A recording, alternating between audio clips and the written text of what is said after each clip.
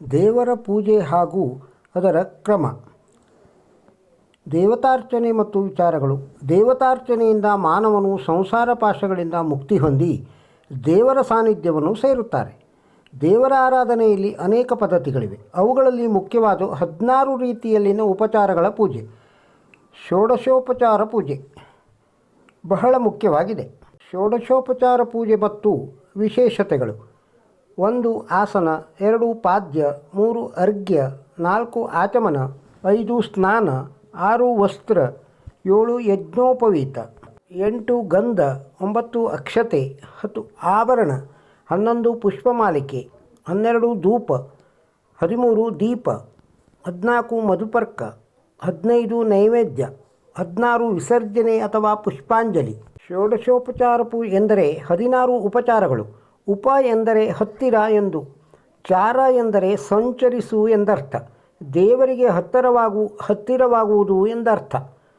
1 ಆಸನ. ದೇವರೆಂಬ ಅತಿಥಿಯನ್ನು ಮನೆಗೆ ಆಮಂತ್ರಿಸಿ ಕುಳಿತುಕೊಳ್ಳಲು ಆಸನಗಳನ್ನು ಏರ್ಪಡಿಸುವುದು.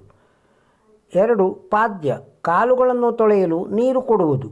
3 ಅರ್ಘ್ಯ. ಕೈಗಳನ್ನು ಶುದ್ಧಿಪಡಿಸಿಕೊಳ್ಳಲು ನೀರನ್ನು ಕೊಡುವುದು. 4 ಆಚಮನ. ಬಾಯಾರಿಕೆ ತೀರಲು ನೀರನ್ನು ಕೊಡುವುದು.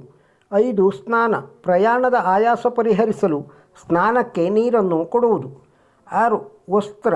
ಸ್ನಾನಾನಂತರ ಧರಿಸಲು ಮಡಿಬಟ್ಟೆಗಳನ್ನು ಕೊಡುವುದು. ಯಜ್ಞೋಪವೀತ. ಮಾರ್ಗ ಮಧ್ಯದಲ್ಲಿ ಮೈಲಿಗೆಯಾದ ಯಜ್ಞೋಪವೀತ ಬದಲಾವಣೆ.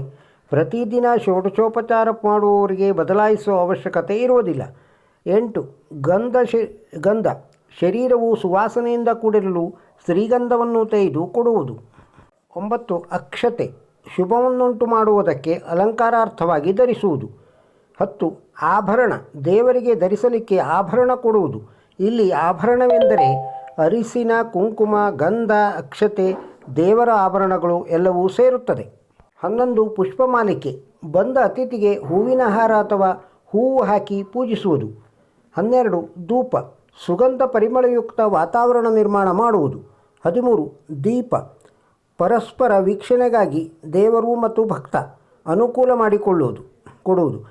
ಇಲ್ಲಿ ಅಷ್ಟೋತ್ತರ ಅರ್ಚನೆ, ಅಷ್ಟಾವಧಾನ ಸೇವೆ ಮಾಡಿ ದೇವರು ಮಾಡಿದ ಸಾಹಸಗಳನ್ನು ಹಾಡಿ ಹೊಗಳುವುದು. 14 ಮಧುಪರ್ಕ. ಹಾಲು, ಮೊಸರು, ತುಪ್ಪ, ಜೇನುತುಪ್ಪ, ಸಕ್ಕರೆಯನ್ನು ಅರ್ಪಿಸುವುದು. 15 ನೈವೇದ್ಯ. ನಿಮ್ಮ ಶಕ್ತಿಗೆ ತಕ್ಕಂತೆ ದೇವರಿಗೆ ಊಟ ಮಾಡಿಸುವುದು. ನೀವು ಕಷ್ಟಪಟ್ಟು ದುಡಿದ ಹಣದಿಂದ ಮಾಡಿದ ನೈವೇದ್ಯವಾಗಿರಬೇಕು. ಇಲ್ಲಿ ಆಡಂಬರದ ಅವಶ್ಯಕತೆ ಇರುವುದಿಲ್ಲ. ಭಕ್ತಿಯಿಂದ ಅರ್ಪಿಸಬೇಕಷ್ಟೆ.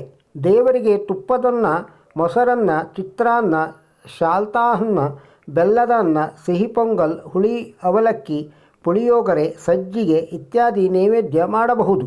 ಮಡಿಯಿಂದ ಮಾಡಿದರೆ ತುಂಬ ಶುಭವಾಗುವುದು. ಇಲ್ಲಿ ತಾಂಬೂಲ ಇಡುವುದು ಅತ್ಯಂತ ಮುಖ್ಯವಾಗಿರುತ್ತದೆ. ದೇವರ ನೈವೇದ್ಯದ ನಂತರ ತಾಂಬೂಲ ಹಾಕಿಕೊಂಡು ಅಡಿಗೆಯಲ್ಲಿನ ಗುಣಾವಗುಣಗಳನ್ನು ತೊಲಗಿಸುವರು. ನಂತರ ನೈವೇದ್ಯ ಮಾಡಿದ ತಕ್ಷಣ ಮಂಗಳಾರತಿ ಮಾಡಬಾರದು. ಊಟ ಹಾಕಿ ತಕ್ಷಣ ಕೈ ತೊಳೆದುಕೊಳ್ಳಲು ನೀರು ಕೊಟ್ಟರೆ ಹೇಗಾಗುತ್ತೆ ಅಲ್ವಾ? ಯೋಚಿಸಿ. ನೈವೇದ್ಯ ಮಾಡಿ ಸಾವಿತ್ರಿ ದೇವಿ ಸ್ತೋತ್ರ ಅಥವಾ ಅನ್ನಪೂರ್ಣೇಶ್ವರಿ ಸ್ತೋತ್ರ ಅಥವಾ ದೇವರ ಸ್ತೋತ್ರ ಪಠಿಸಿ ನಂತರ ಮಂಗಳಾರತಿ ಮಾಡಬೇಕು. ತುಪ್ಪದ ಬತ್ತಿಗಳಿಂದ ಆರತಿ ಬೆಳಗಬೇಕು. ನಂತರ ನಮಸ್ಕಾರ ಮಾಡಬೇಕು. 16 ವಿಸರ್ಜನೆ.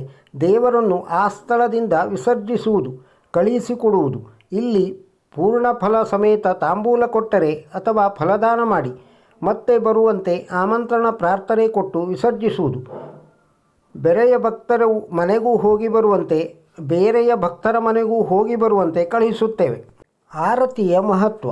ಆರತಿ ಪ್ರತಿಯೊಬ್ಬರಿಗೂ ತಿಳಿದ ಹಾಗೆ ಈ ಮಂಗಳಾರತಿಯನ್ನು ದೇವಸ್ಥಾನಗಳಲ್ಲಿ ಅಥವಾ ಮನೆಗಳಲ್ಲಿ ಪೂಜೆ ಪುರಸ್ಕಾರ ನಡೆಯುವ ಸಮಯದಲ್ಲಿ ಈ ಮಂಗಳಾರತಿಯನ್ನು ಶಾಂತಿಯ ಸ್ವರೂಪವಾಗಿ ದೇವರಿಗೆ ಆರತಿಯನ್ನು ಮಾಡುತ್ತಾರೆ.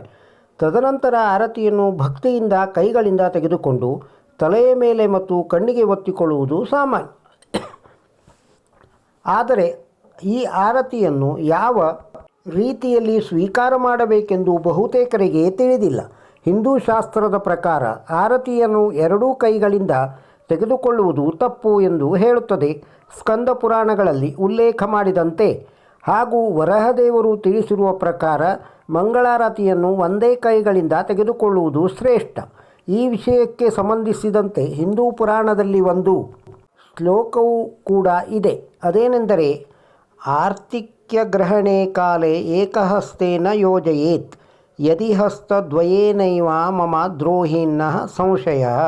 ಇದರ ಅರ್ಥ ಮಂಗಳಾರತಿಯನ್ನು ಎರಡು ಕೈಗಳಿಂದ ಸ್ವೀಕಾರ ಮಾಡಬಾರದು. ಆರತಿಯನ್ನು ಬಲಕೈಯಿಂದ ಮಾತ್ರ ತೆಗೆದುಕೊಳ್ಳಬೇಕು.